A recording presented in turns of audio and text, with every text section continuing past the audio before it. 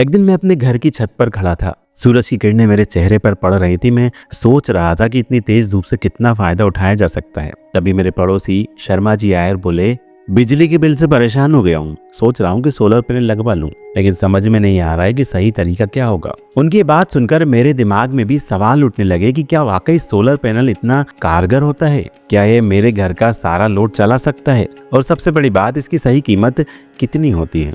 बस मैंने ठान लिया कि इस राज को खोल कर ही रहूंगा।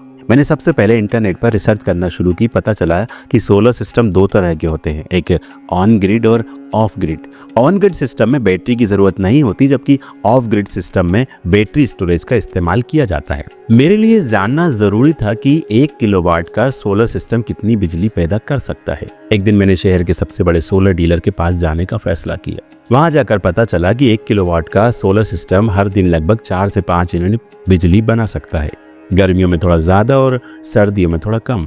अगर मेरे घर की ज़रूरत रोज़ 4 से 5 यूनिट की है तो 1 किलोवाट का सिस्टम पर्याप्त हो सकता है। मैं सोचने लगा कि इस बिजली से मैं क्या क्या चला सकता हूँ। डीलर ने बताया कि 1 किलोवाट का सिस्टम मेरे घर के 10 से 12 एलईडी बल्ब, 3 से 4 पंखे, एक टीवी और एक कूलर को आराम से चला सकता है। लेकिन अगर मुझे मिक्सर ग्राइंडर या फिर पानी की मोटर चलानी है तो फिर इन्वर्टर की क्षमता बढ़ानी होगी। उन्होंने समझाया कि अगर मैं आधा एचपी की मोटर चलाना चाहता हूँ तो बाकी सारे उपकरण मुझे बंद करने होंगे। लेकिन अगर मुझे बिना किसी दिक्कत के सब कुछ चलाना है तो 1 किलोवाट के बजाय 3 किलोवाट का इन्वर्टर लगाना पड़ेगा।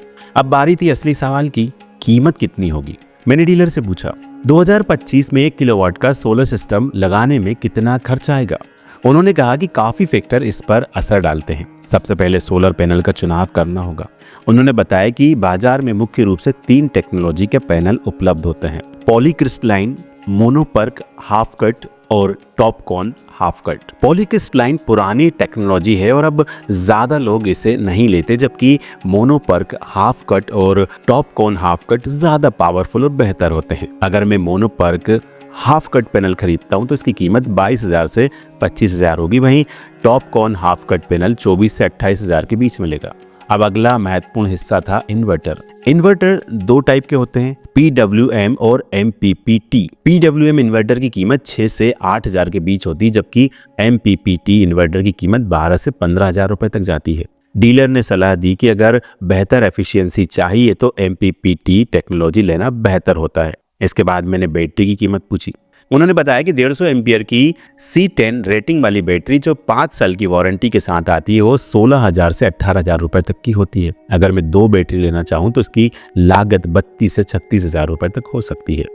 सोलर सिस्टम के इंस्टॉलेशन में माउंटिंग स्ट्रक्चर भी एक महत्वपूर्ण हिस्सा होता है। GI माउंटिंग स्ट्रक्चर की कीमत 5,000 से 8,000 रुपए तक हो सकती है। अब बारी थी तारों और सेफ्टी उपकरणों की। सोलर वायर लगभग 50 रुपए प्रति मीटर की दर से आती है और 30 मीटर वायर की लागत लगभग 1,500 रुपए होगी। DCDB और अर्थिंग जैसे सेफ्टी डिवाइस का उपयोग छोटे सिस्टम में जरूरी नहीं होता, लेकिन फिर भी अगर आप लगवाना चाहो तो इसकी कीमत 2,000 से 5,000 रुपए तक हो सकती है। इतनी जानकारी लेने के बाद मैंने कुल खर्च का अनुमान लगाया। अगर मैं सस्ता ऑप्शन चुनता तो mono PERC half cut panel, PWM inverter, एक बैटरी और सामान्य लोहे का स्ट्रक्चर लगभग 52,000 से 55,000 में सिस्टम इंस्टॉल कर सकता था। लेकिन अगर मैं अच्छे कंपोनेंट चुनता तो Topcon half cut panel, MPPT inverter और 2 बैटरी के साथ पूरी कीमत 70 से 75,000 रुपए तक पहुंच सकती थी। अब मेरे मन में एक और सवाल उठा, क्या सरकार इस पर सब्सिडी देती है? डीलर ने बताया कि सरकार सिर्फ ऑन ग्रिड सिस्टम पर ही सब्सिडी देती है, ऑफ ग्रिड सिस्टम पर नहीं। यानी अगर मैं बैटरी वाला सिस्टम लगवा रहा हूँ तो मुझे सब्सिडी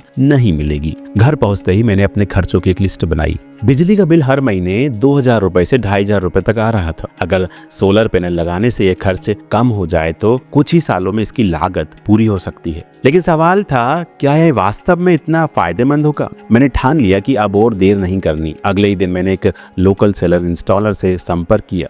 वो मेरे घर आया और सबसे पहले छत का मुआयना किया। उसने बताया कि छत पर कोई छाया नहीं पड़ना चाहिए वरना पैनल सही से काम नहीं करेगा। मेरी छत खुली थी इसलिए समस्या नहीं थी। फिर उसने पूछा, आप कितने बड़े सिस्टम की योजना बना रहे हैं? मैंने उसे बताया मुझे 1 किलोवाट का ऑफ ग्रिड सिस्टम चाहिए। उसने कहा ठीक है, लेकिन क्या आप जानते हैं कि इसे इंस्टॉल कैसे करना है? मुझे तो सिर्फ मोटा मोटा अंदाजा था, लेकिन जब उसने विस्तार से समझाया तब जाकर असली मेहनत का एहसास हुआ। सबसे पहले माउंटिंग स्ट्रक्चर को मजबूती से फिट करना पड़ा। मैंने पैसे बचाने के लिए लोहे का स्ट्रक्चर लोकल वेल्डर से बनवाया। ये मुझे 5,000 रुपए में पड़ गया, जबकि बाजार में यही स्ट्रक्चर 8,000 रुपए का था। इसके बाद सोलर पैनल इंस्टॉल किए गए। मैंने मोनोपर्क हाफ कट पैनल चुने क्योंकि ये काफी किफायती और टिकाऊ थे। पैनल लगाने के बाद इन्वर्टर और बैटरी कनेक्ट करनी थी। यहाँ आकर मैंने सोचा कि MPPT इन्वर्टर लेना सही रहेगा क्योंकि ये ज्यादा ऊर्जा बचाने में मदद करता है। हालांकि इसकी कीमत अधिक थी, लेकिन मैंने इसे ही खरीदा। पूरा सेटअप करने में लगभग 2 दिन लग गए। जब सब कुछ तैयार हुआ तब पहली बार इन्वर्टर ऑन किया और जैसे ही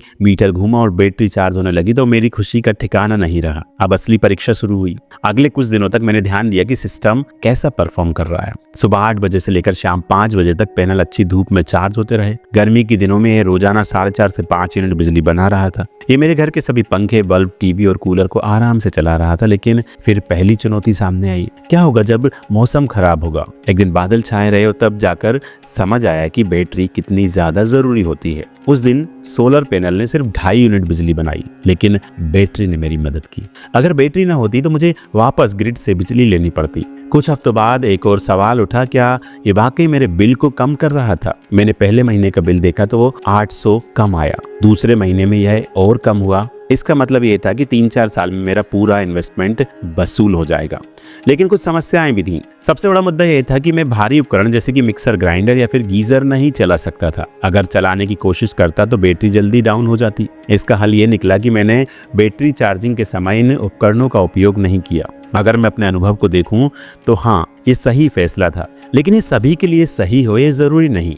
अगर आपके घर में बिजली की ज्यादा खपत है और आप सब्सिडी लेना चाहते हो तो ऑन ग्रिड सिस्टम सही रहेगा। लेकिन अगर आप बिजली कटौती से बचना चाहते हैं और बैकअप चाहते हैं तो ऑफ ग्रिड सिस्टम बेहतर होगा। तो क्या आप भी सोलर पैनल लगवाने की सोच रहे हैं? अगर हाँ, तो सबसे पहले अपने घर की जरूरतों का आकलन करें, सही टेक्नोलॉजी चुनें और किसी विशेषज्ञ से सलाह जरूर लें। आखिरकार सौर ऊर्जा सिर्फ बचत का जरिया नहीं बल्कि भविष्य की जरूरत भी है। आपको ये वीडियो कैसा लगा हमें कमेंट करके जरूर बताएं। कुछ सवाल हो तो वो भी आप हमसे पूछ सकते हैं। इस वीडियो को अपने दोस्तों के साथ आप जरूर शेयर करें। चैनल को सब्सक्राइब नहीं किया है तो चैनल को सब्सक्राइब करें और घंटी जरूर दबाएं।